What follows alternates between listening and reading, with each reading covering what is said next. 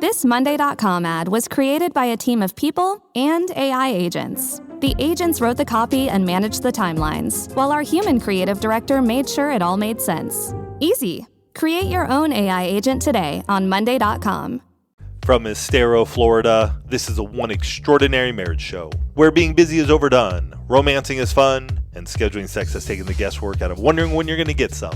Creators of the 6 Pillars of Intimacy, I'm Tony DiLorenzo, your co-host, along with my beautiful wife, Elisa. From coast to coast and around the world, thank you for joining us. It's time to talk sex, love, and commitment. Give us a call or text us on the Hug Hotline at 858-876-5663 or send us an email to hugs@oneextraordinarymarriage.com. In today's episode, we're talking about what happens when a major life season changes one or both of you and how to reconnect instead of drifting apart. And there's a quote from Antoine de Saint-Exupéry that says, "Love does not consist in gazing at each other, but in looking outward together in the same direction." And I think you're going to see that woven throughout today's episode. But first, we start every episode with a hug. And this hug comes from a 5-star Apple podcast review. And I just want to say, when you all leave reviews, whether it's on Apple or Spotify or Amazon, just know that you're also impacting others that might be looking for marriage resources, just like what you found here at One Extraordinary Marriage. This review says, "I found you guys a few months ago and have listened to several of the podcasts. You guys are so helpful.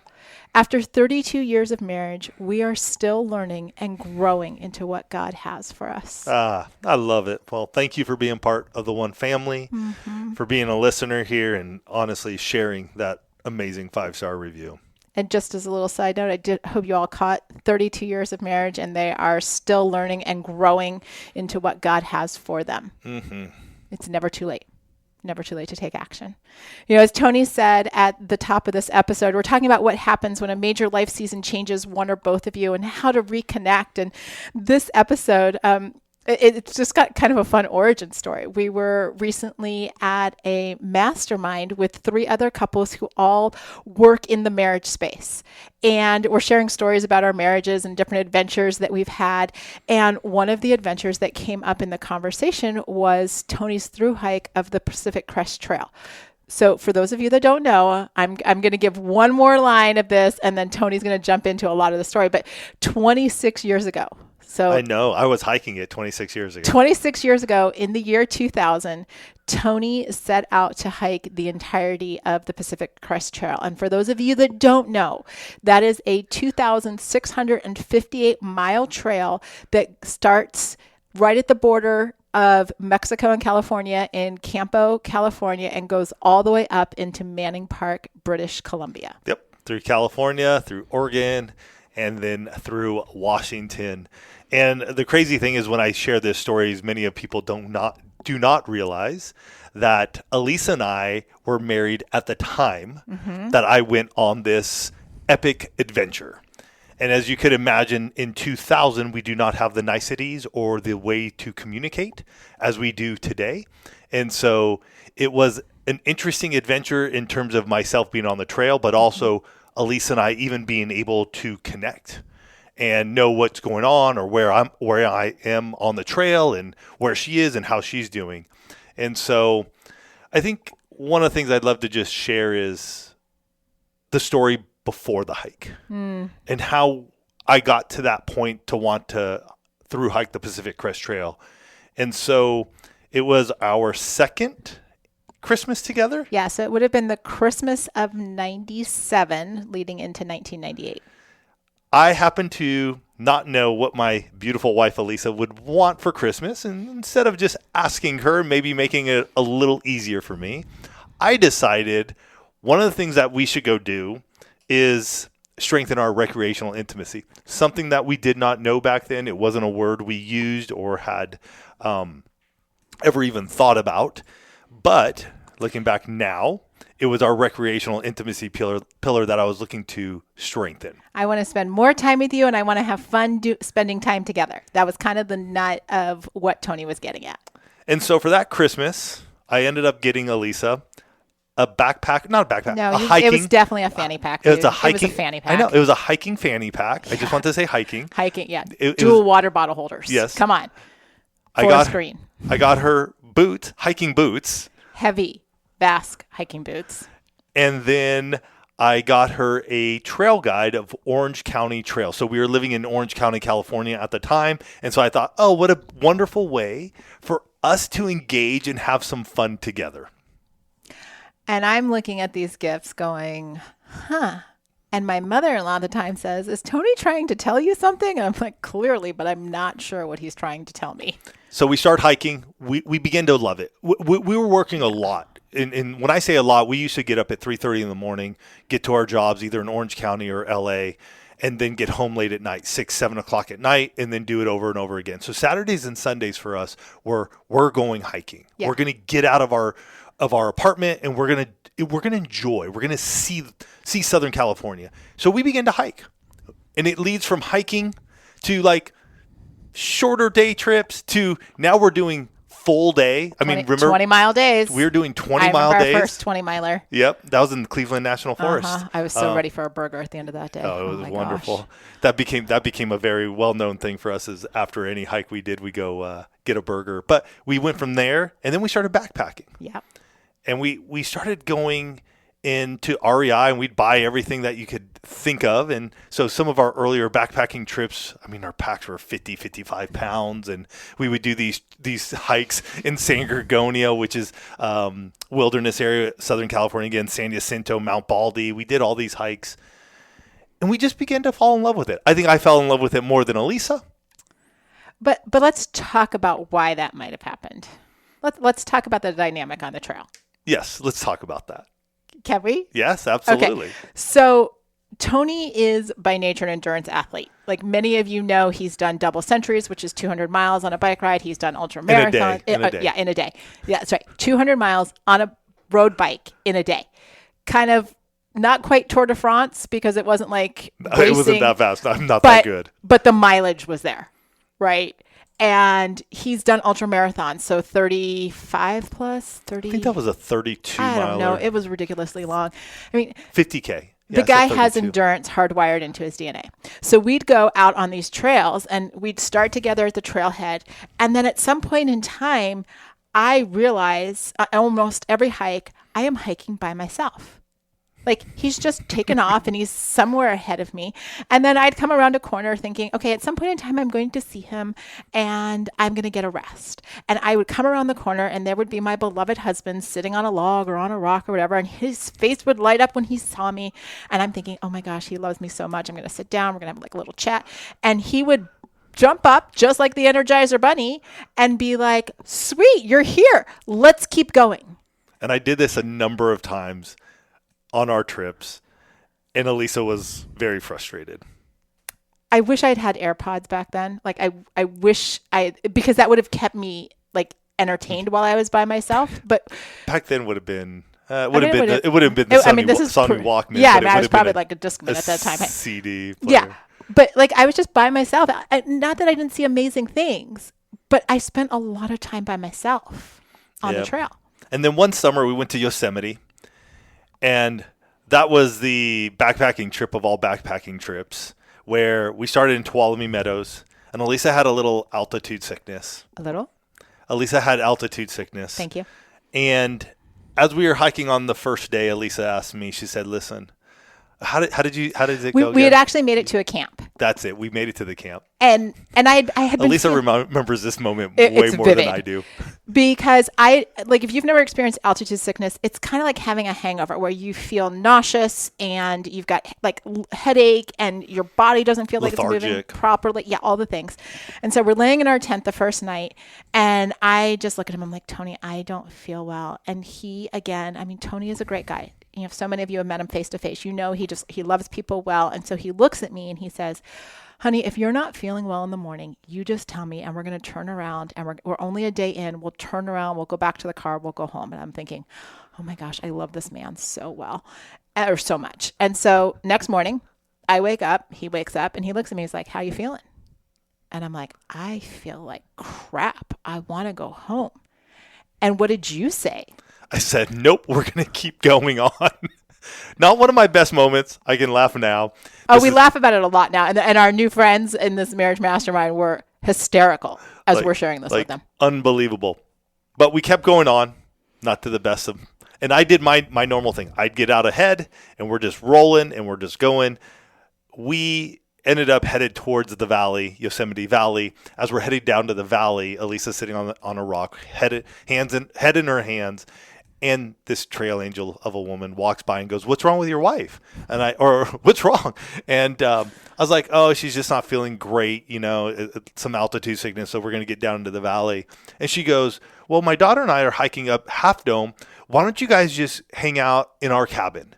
And she gave us the key to her cabin.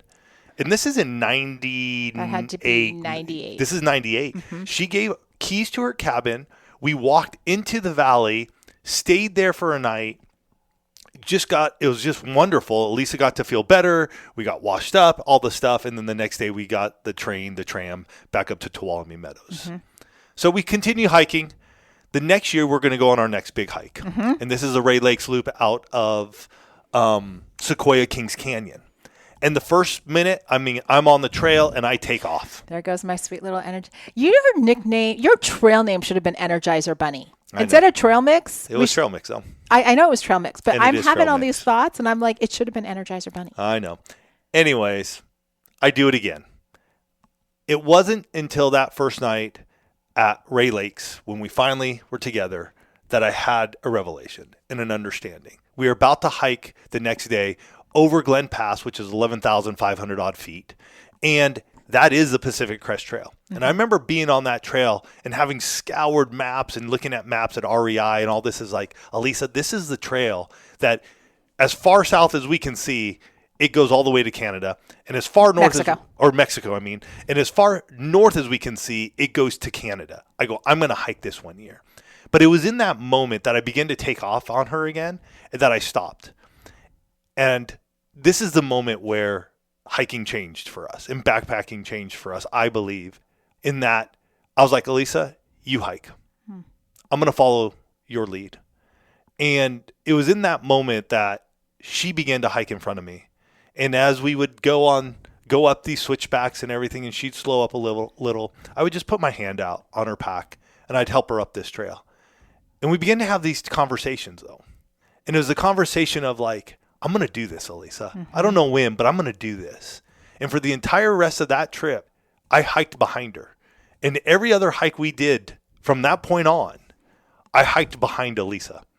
Well, what was interesting about what happened in that season, specifically on that trail, is that because he was hiking behind me, we could actually work on our emotional intimacy, right? So we began having these conversations, like what would it look like for Tony to through hike this? Because I did not have any desire whatsoever. I was like, no, I'm not. Like 100. At that point in time, we didn't know how fast you were going to hike the PCT. We were thinking this was possibly a six month adventure. I'm like, I don't want to live out of a backpack for 6 months. We started talking about like what would the dynamics of this be, because Tony's brother has a genetic blood disorder, and we started brainstorming like how could this be a fundraiser and bring awareness to this, and that kind of started even this whole like what would that season look like for the two of us. And a lot of people hear us then talk about the PCT. That's the abbreviation for the trail, and think, well, the hardest part had to have been, saying goodbye or thinking about what it was going to be like. And I will tell you guys, when he left for the trail in April of 2000, I had broken out with hives. Like never before. And never since. But like, man, it was really, really bad. And we had all kinds of adventures individually. And even when I hiked with you from Lake Tahoe, South Lake Tahoe to Donner Pass, 4th of July, the year 2000, and all this kind of stuff. But the hardest part for the two of us was actually Tony coming back home. And that's really, like, I think about it now, and I had been kind of warned that him coming back home was going to be a thing, but I remember because that was Dawn and Tripod were the couple that we'd done the AT together. They'd done the AT together, and they were doing the PCT together. I met them when I came out to see you at Algo Dulce, and she just kind of took me aside, and she's like, "It's going to be hard when he comes home. It's going to be a big transition." And I remember being all braggy and was like, "I'm sorry, I don't think you've met Tony. Like, I know you've hiked with him, but like, he's an optimist. I am not worried about like my husband coming home. Like, we're going to be good." And I just remember feeling like in hindsight, very prideful, very arrogant, and didn't really have a lot of awareness of how this big life season was going to become probably one of the most challenging seasons in our marriage. And before we go into the break, I just want to share, I ended up finishing the Pacific Crest Trail in 138 days from Mexico to Canada, averaged roughly 20 odd miles a day, 4.5 months away, life-changing experience. Mm-hmm. And yet, as Elisa said, the toughest part was yet to come. Mm-hmm. The trail was tough. Don't get me wrong. Injuries, climbing mountains, post-holing for miles, food, bears, rattlesnakes, you name it, dealing with whatever. But it wasn't anything compared to what happened when I walked through that door going, oh, we're married. Mm-hmm. And what does life look like now? Absolutely. So let's talk about that after this break.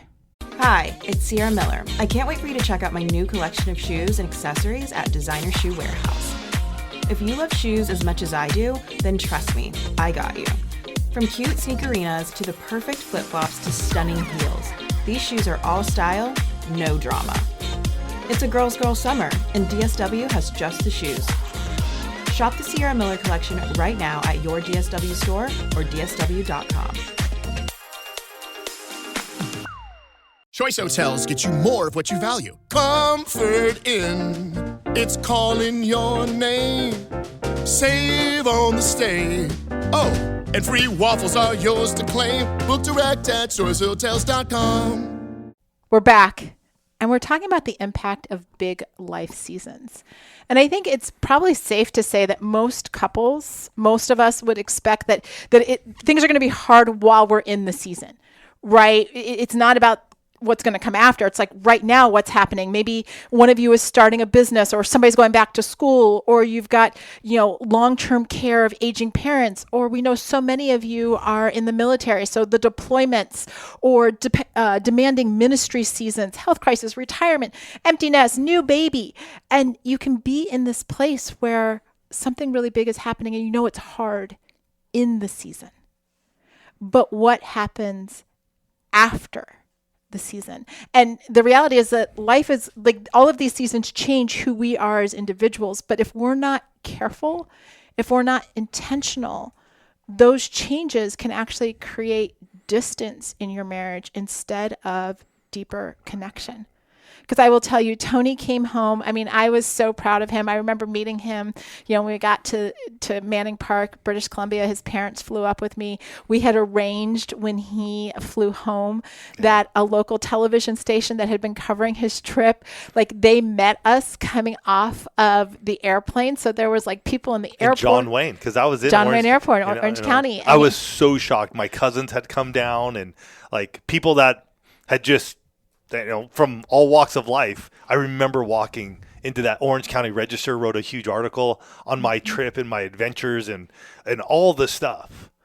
But once the lights go down and the adventure is done, inside of you go, oof, wow, what do I do now? Mm-hmm. And what does life look like now? And I do want to put a little caveat on this real quick. While I was on the trail, that was such an impactful moment. I came to Christ during that. If you heard us speak around spiritual intimacy at an event, I share that story. Elisa came to Christ, similar timing that I was coming to Christ on the trail, having her own experience. And so we were dealing with things that we'd never had in our marriage at that point in time. And yet, coming home for me, I felt the most distant from her. Mm-hmm. I felt scared. I was living in a place that I didn't belong in. And I don't know if any of you can understand that or relate to that.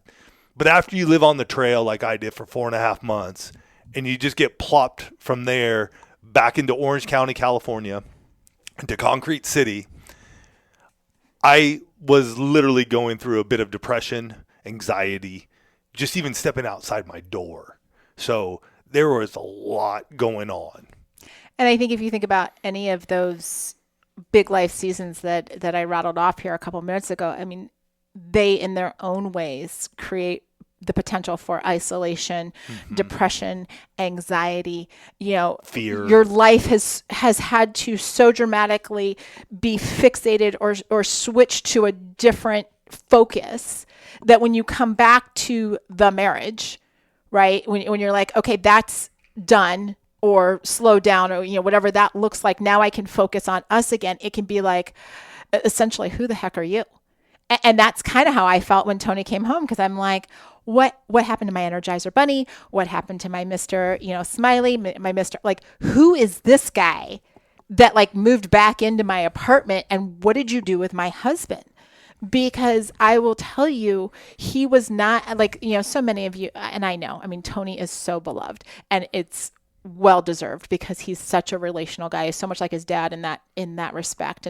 And so the idea for some of you of thinking of Tony just being like isolated, it's Elisa would go to work and I would not open the shades to our apartment. And our place was dark. And I would sit in a dark hole by myself all day long. It was the one time that I got back into pornography, because I was just in a place of shame and guilt of not being able to get outside anymore. But at one day, Elisa comes home for lunch, and we're going to share with you guys how to get over these. But you got to know where we were. But she comes home from lunch, and some of you will remember the old yellow pages, like literal. We're that old. Phone books that had yellow pages and white pages in it. And she came home for lunch one day, and we sat down, and I remember not being able to make eye contact with her. I just was in this place of shame and guilt, and why couldn't I get back up on my feet and go work and provide and be the husband that she wanted me to be or expected me to be? There's a lot probably in that, I guess. But it was also 26 years ago at this point in time. And we were sitting down, and she looked at me, and she goes, Tony, she goes, I've been looking in the yellow pages for a divorce lawyer, for a divorce attorney. And I remember it just hit me so, like, it just rocked my world. Like, you did not just say that. And it was just this moment of going like, man, I went through something amazing. And yet the hardest part wasn't the time on the trail. The hardest part was reintegrating after something amazing. And it doesn't always have to be amazing. Believe me. You can go through some tough times, just like Elisa said. She read off a litany of things that you could be going through. But it's reintegrating. How do we get back together? How do we reconnect after this time apart or away, or having to take care of an ailing parent or child, or job loss, or getting into a new, starting a new business where you're spending 60, 70, 80 hours a week into it? What does it look like coming home and saying, I want to be your husband. I want to be your wife. I want us to be one again. Yeah, because the reality was, it was that, and I remember telling you this, it wasn't that I didn't love you, but that I didn't know you. Yeah. And that there had been so much distance, and it wasn't just the fact that this was, the year 2000, and, we weren't connected by a cell phone, like a tether to one another. It was that this trail, this experience, and it's not even just the trail, the experience had changed who we each were fundamentally, and we didn't know each other anymore. And I think that's what happens for a lot of couples when transition seasons, when big things happen in your marriage. The love is still there, but sometimes it gets lost in this place of disconnect, and you're like, your marriage just hasn't caught up to who the two of you are now. And it's not about like reverting to the past. Like I didn't want to be married to the Tony who didn't hike the trail, the Tony of 1999 at the, but it was like, how do we discover who we are now? And then how do we choose to love one another in this place of who we've become when we were separated, right? When we were in two different places. And, as we've been having this conversation about, our struggles, and guys, this was year 2000. We're now 26 years past this. But I will tell you that when we were sharing this story with these newer friends and just kind of digging into it, it really just kind of, it all came flooding back. just where we were, the highs of that season. I mean, being able to celebrate Tony's accomplishments because as his cheerleader, it was so powerful, but also remembering that, you know what, we had a lot of lessons to learn after that hard season. And one of the biggest ones was like, we had to acknowledge that change had happened. Mm-hmm. That the trail hadn't just changed Tony. That experience, that life experience wasn't just his. Because while I wasn't hiking every one of the 2,658 miles, I think I only did like 40. No, you did not do 40. I don't know what 20, Tahoe. 40, 60. We must have done There's no way 70 to 80 miles. Yeah, we did. We were doing 20 miles a day. We were still rolling. Okay. It was still 4 days, and it was usually 20 star. miles a day. I'm a rock star. But it wasn't just that his experience changed him. It was the acknowledgement that we had both had changes to who we were, how we saw the world, what we had experienced. And just being able to say, hey, how have we changed in this season? How have you changed in this season? Right? And just being able to hear that answer without correcting, without interrupting, without saying, that's not true. Just like, oh. Because when you're going through something, like we said, maybe you're caring for a parent or you're dealing with deployment, like you may forget that your spouse is also going through it, even though they're not right there in the moment side by side with you. Yeah. Get curious again. I think this is something we didn't do. For sure. Ask questions. Listen without assuming you already know the answer, what your spouse is going to tell you. This is a season to relearn one another and what it would look like to be dating one another again. Like, get curious. Find out. Like, wow, I didn't realize that that's changed. We don't think about it. We think life is just going to go on. And Elise and I have had many other events in life transitions that we've had to go through these at times and realize that we're continuously growing. Mm-hmm. And these events change us in different ways. And so get curious again and just listen. And I would say we're going to share 2 more, but I'm going to say this, and I wish we would have known this back in the day. If you're stuck because you don't know how to engage with one another, go to a marriage coach. I'm going to share this. Like, apply for marriage coaching with Elisa. Go to oneextraordinarymarriage.com/coaching. You may need to open up. You may need to get that emotional intimacy going, and you may need somebody inside on your side, on both of your side, to just help you guys wade through this. I think we would have been in a better spot had we had something like that, somebody like that on our side. But we didn't. Mm-hmm. We just try to do it ourselves.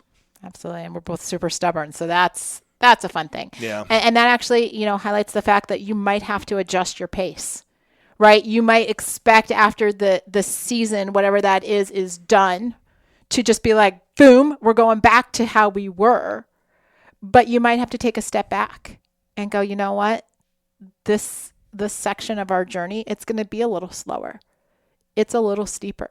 You might have to take a step back, and like Tony has done many times since that Ray Lakes loop, you may have to take a step behind your spouse and put your hand on their back and just lovingly push them up. It is the way we hike now. Whenever we get out on a trail, which is not very often, but he will hike behind me. And if I start to slow down, he does this on stairs and elevators too. So it's like if you see us in an airport and I'm like huffing upstairs, he's probably got his hand on my back, because it's just enough to have that connection instead of trying to race to that finish line.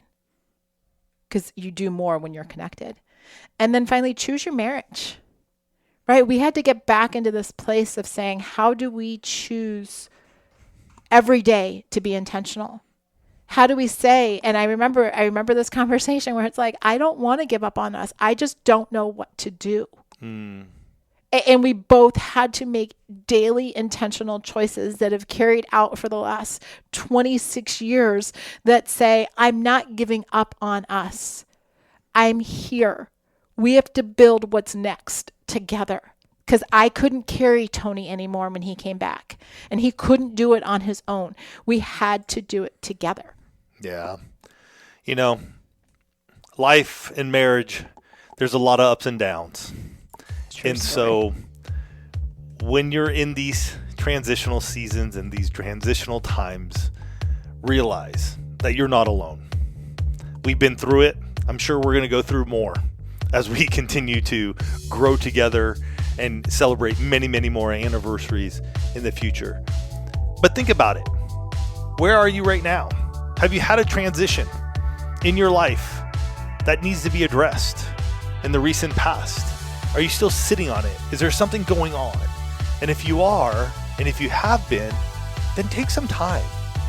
I'm not going to say it's going to be the easiest thing that happens. This took us some years to realize, to just even realize.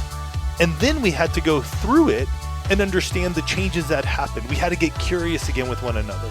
We had to adjust our pace.